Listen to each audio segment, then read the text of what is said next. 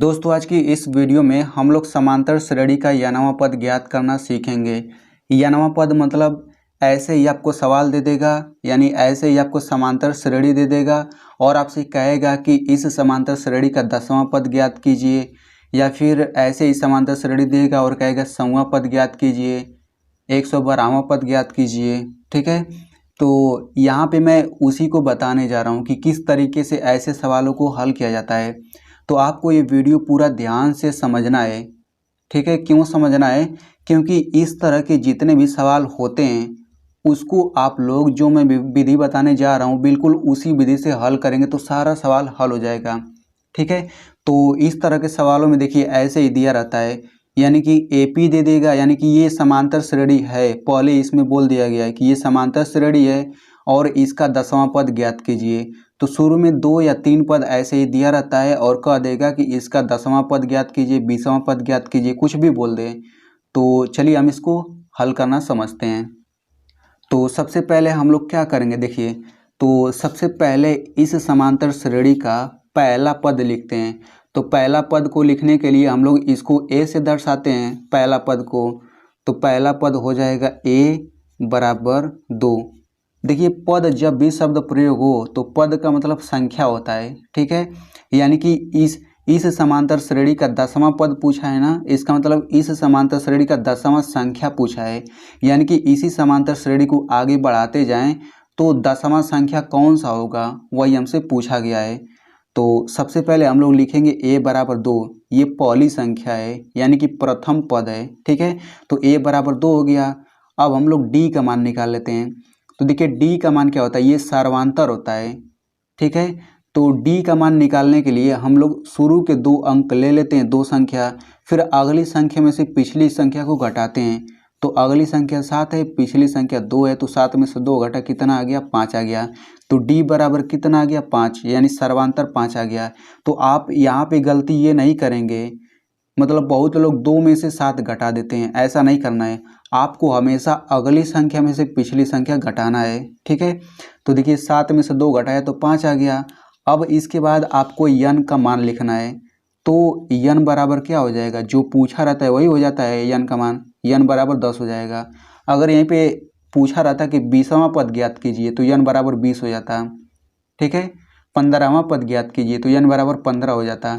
तो यहाँ पे चूंकि 10वां पद पूछा है तो यन बराबर 10 हो जाएगा।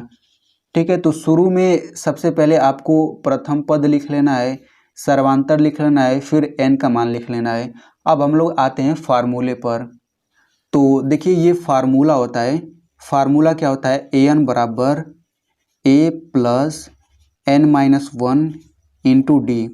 तो सबसे पहले आपको ये फार्मूला याद करना पड़ेगा और इस वीडियो में आप तो ये सीख ही जाएंगे कि इसका प्रयोग कैसे करना है। ठीक है, तो इसमें मैं आपको बता देता हूँ, a जो है समांतर श्रेणी का प्रथम पद होता है, n जो होता है कौन सा पद निकालना है, कौन सी संख्या निकालना है, वही n का मान होता है। जैसे यहाँ पे n बराबर 10 है, d तो आपको पता है ये सर्वांतर होता है, लेकिन an क्या होता है, देखिए ये समझना सबसे महत्वपूर्ण है।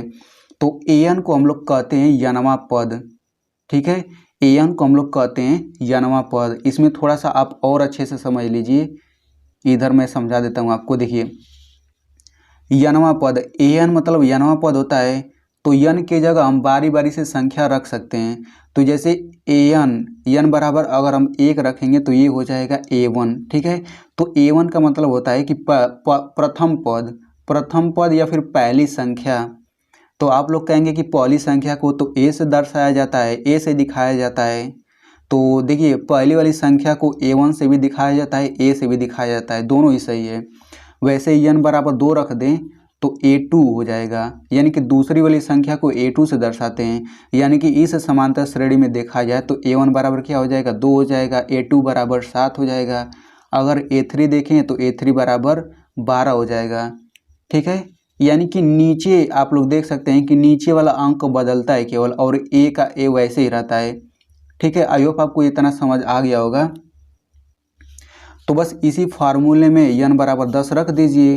तो यहाँ पर भी n बराबर 10 रखेंगे ना, तो ये हो जाएगा a 10 बराबर a का मान 2 है तो यहाँ से 2 रख लीजिए, प्लस n-1, n का मान 10 है तो यहाँ पे 10 रख लीजिए, फिर -1 d डी का मान 5 है तो 5 रख लीजिए।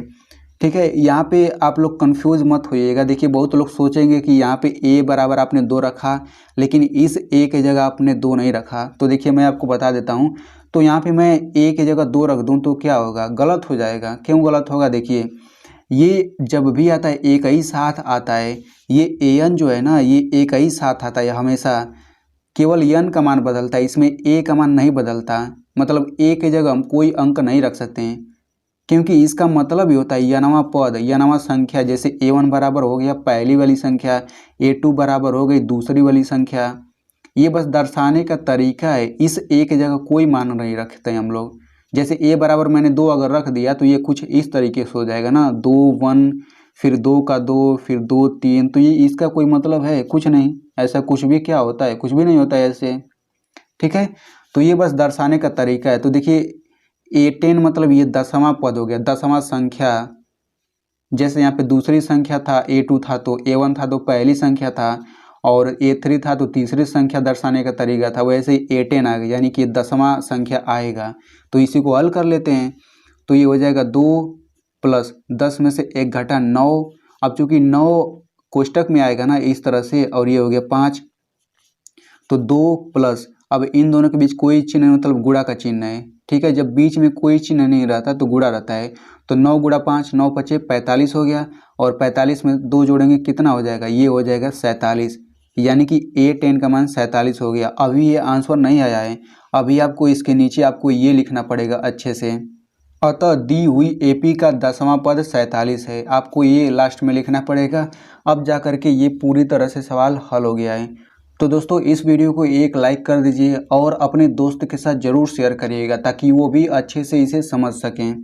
तो इस तरह के सवालों को हल करने के लिए बिल्कुल आपको ऐसे ही हल करना है। ठीक है, ADN का मान निकाल लेना है, फिर इसी फार्मूले को याद कर लेना है और इसी फार्मूले में सबका मान रख लेना है। फिर देखिए आंसर आ जाएगा बस।